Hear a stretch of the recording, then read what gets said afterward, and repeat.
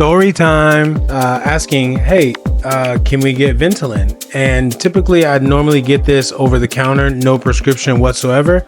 And you know what this lady said to me? She said in Vietnamese, you need a prescription.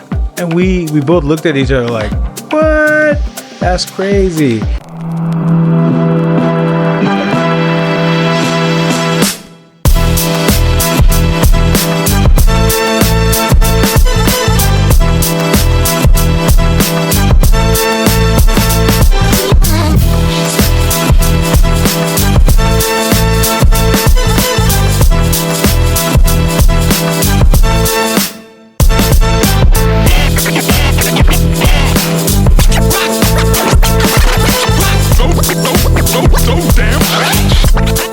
What's good, YouTube? Back at you with another video. Man, Vietnam is changing so fast in 2025. Doesn't the world feel like it's moving really fast right now? So maybe it's just me, I don't know. But yeah, I want to tell you guys a little bit about the pharmacy story that I went through the other day. Also, I want to tell you some of the major changes that's going on in the government. Also, the tariff war has really, broken Vietnam a little bit. And so they are caving a little to the US. And so they just came up with a crackdown on foreign trade fraud and counterfeits. In this video, I'm going to go over it with you. We're going to talk about counterfeits and trade fraud, and we're going to talk about the major crackdowns that's been going on and shake up in the government here in Vietnam. Also, we're going to talk about my prescription story, and now you need a prescription for over-the-counter medication. So wow, right? So we're going to talk about that. Stick with me, get yourself a beverage. Let's get into it. Crackdown on counterfeits and trade fraud. In 2025, Vietnam intensified efforts to combat counterfeit goods and digital piracy, partly in response to U.S. pressure amid trade negotiations. The government increased inspections of imported products from brands like Prada, Gucci, and Samsung to ensure authenticity. Additionally, authorities targeted software piracy and online fraud, uncovering over 1,100 cases of counterfeit and intellectual property violations in 2025 alone. These measures aim to strengthen intellectual property enforcement and attract foreign investment. Here are 10 measures that show that the government means business. Number 10. International collaboration to prevent tariff evasion. Vietnam is collaborating with neighboring countries like South Korea and Thailand to combat tariff evasion by Chinese exporters using deceptive labeling practices. These efforts include tightening control over certificates of origin and enhancing cooperation with international customs agencies. Number 9. Formation of specialized courts. To strengthen intellectual property enforcement, Vietnam plans to establish specialized courts dedicated to handling cases related to counterfeiting and trade fraud. This move aims to attract foreign investment by ensuring a robust legal framework for protecting intellectual property rights. Number 8. Targeting online sales of counterfeit goods. The government is addressing the widespread sale of counterfeit products on social media platforms with reports of price manipulation, hoarding, and illegal markups. These activities have negatively impacted public health, people's trust, security, and order, leading to significant revenue losses. Number 7. Increased enforcement actions. In 2025 alone, authorities have uncovered over 1,100 cases of counterfeit and intellectual property violations, 25,100 trade and tax fraud incidents, and 8,200 smuggling offenses. These efforts have led to the collection of more than 4.89 trillion VND, approximately 188 million USD, for the state budget. Number 6. Enhanced border control measures. Vietnam has implemented stricter inspections at border areas to prevent the trafficking of banned goods, including drugs, fireworks, foreign cigarettes, and counterfeit items like petrol, oil, gold, alcohol, beer, sugar, cosmetics, dietary supplements, clothing, food, frozen goods, and household products. Number 5, addressing digital piracy and software counterfeiting. The government is targeting software piracy following complaints from the Business Software Alliance, which includes members like Microsoft and Adobe. Letters have been sent to multiple companies warning against unauthorized software use, aiming to bolster intellectual property enforcement here in Vietnam. Number 4, combating origin fraud and transshipment fraud. Vietnam is addressing concerns over the illegal transshipment of Chinese goods labeled as made in Vietnam to evade U.S. tariffs. The government has issued directives to enhance monitoring of certificates of origin and investigate enterprises with sudden increase in origin certificate applications. Number 3, crackdown on counterfeit food and supplements. In Ho Chi Minh City, law enforcement arrested 5 individuals, including 2 influencers, for selling counterfeit food products. Additionally, Nguyen Thanh Phong, the former head of the Ministry of Health Food Safety Department, was arrested for allegedly accepting bribes since 2016 to issue quality certificates for fake supplements. Number 2, seizure of counterfeit luxury and consumer goods. Authorities have intensified inspections of imported products from renowned brands such as Prada, Gucci, Google, Samsung, Mattel, and Lego to ensure authenticity. Consumer goods from companies like Procter & Gamble and Johnson & Johnson are also under scrutiny to prevent the distribution of counterfeit items. Number 1, nationwide 1-month crackdown campaign. Starting May 15, 2025, Vietnam launched a comprehensive 1-month campaign targeting smuggling, trade fraud, and counterfeit goods. This initiative includes the formation of a national special task force led by a deputy prime minister, alongside provincial level task force to conduct inspections and enforce regulations across the country. See, man, so I told you Vietnam is really changing here in 2025. So, these are things that you're going to have to worry about, and it may not affect you right now, but it's definitely affecting a lot of the goods that are on the street here. And so you just got to make sure that when you're traveling here, it's definitely going to be a bigger influence in Binh Thanh market, areas.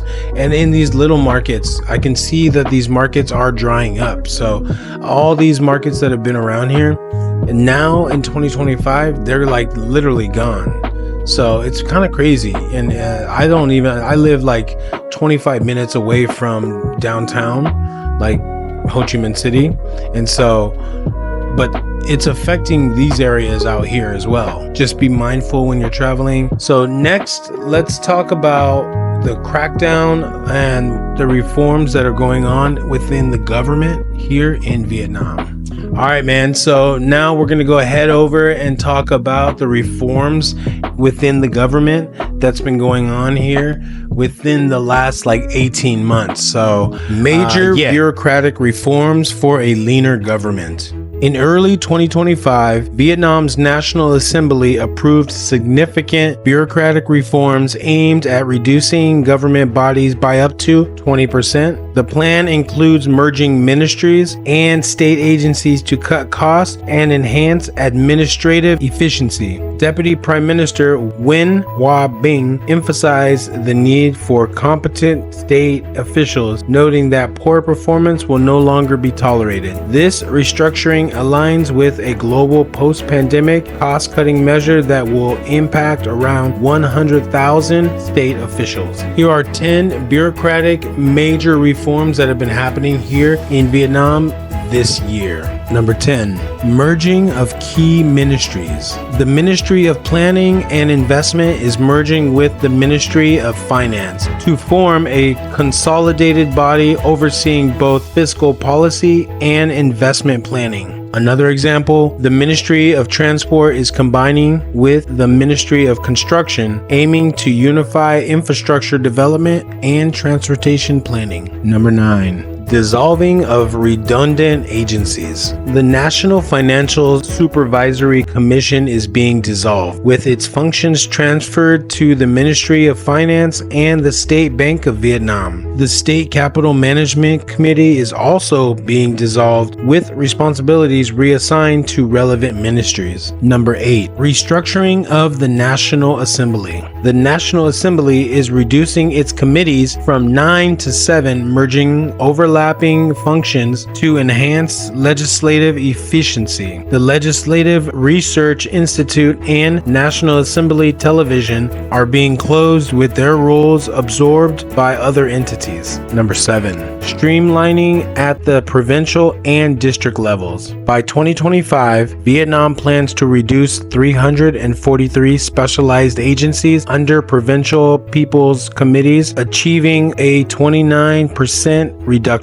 Additionally, 1,454 specialized agencies under district level People's Committee are being reduced, representing a 17.5% decrease. Number 6, consolidation of state media outlets. Several state-run media organizations, including Vietnam News Agency Television, VOV Television, and VTC Television, are ceasing operations, with their functions transferred to Vietnam Television.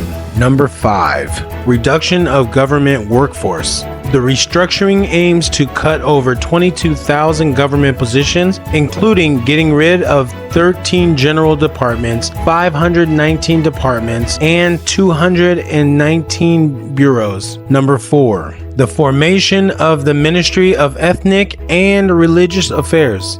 A new Ministry of Ethnic and Religious Affairs is being established by merging the Committee for Ethnic Minority Affairs and the Religious Affairs Committee, forcing on a state management of ethnic, minority, and religious affairs. Number 3, restructuring of academic and research institutions. The National Academy of Public Administration is merging with the Ho Chi Minh National Academy of Politics to enhance research and training capabilities. Number 2, implementation of a 2-tier local government model. Starting July 1st, 2025, district-level administrative units will cease operations, transitioning to a 2-tier system comprising provincial and commune levels, aiming to reduce the number of commune level units by 60 to 70%. Number 1, consolidation of party committees. The Central Pagoda and Education Committee is merging with the Central Mass Mobilization Committee, and the Central Foreign Affairs Committee is being dissolved, with responsibilities transferred to the Ministry of Foreign Affairs. So I want you guys to understand how important these overhauls are. These are the most significant administrative overhauls in Vietnam that has happened for decades. Let's be honest. Again, Vietnam is changing so fast, man. Are you ready for it? Are you ready to come to Vietnam? If you've been to Vietnam, let me know in the comment section below. What did you think about Vietnam? And what was your experience here in Vietnam? Did you know that you need a prescription now for a lot of these medications that you have? Yeah, so the good old days are finished. So I was going to the pharmacy with my girl and the other day, and I was going to go get my Ventolin, my inhaler. So, you know, the air quality is bad here. So we went to the pharmacy and then ended up asking the lady in Vietnamese, my lady, not me, my lady, asking, hey, can we get Ventolin? And typically I'd normally get this over the counter, no prescription whatsoever. And you know what this lady said to me? She said in Vietnamese, you need a prescription. And we both looked at each other like, What? That's crazy. And it blew my mind because I've been here 5 years. I've been here 5 years, and it was just mind-blowing. So I've heard other expats say the same thing about, you know, you needing a prescription for a certain medication that they took, and now that they need a doctor's note. So, you know, just be aware of that Vietnam is changing on that end, you know. All right, man, so that's gonna do it for this video. I hope you guys learned some information about Vietnam. And man, if you guys are looking to come to Vietnam, hit that first link for me and let's set up a consultation. I've been living here in Vietnam going on 6 years, and I've been living in the north, central, and in the south.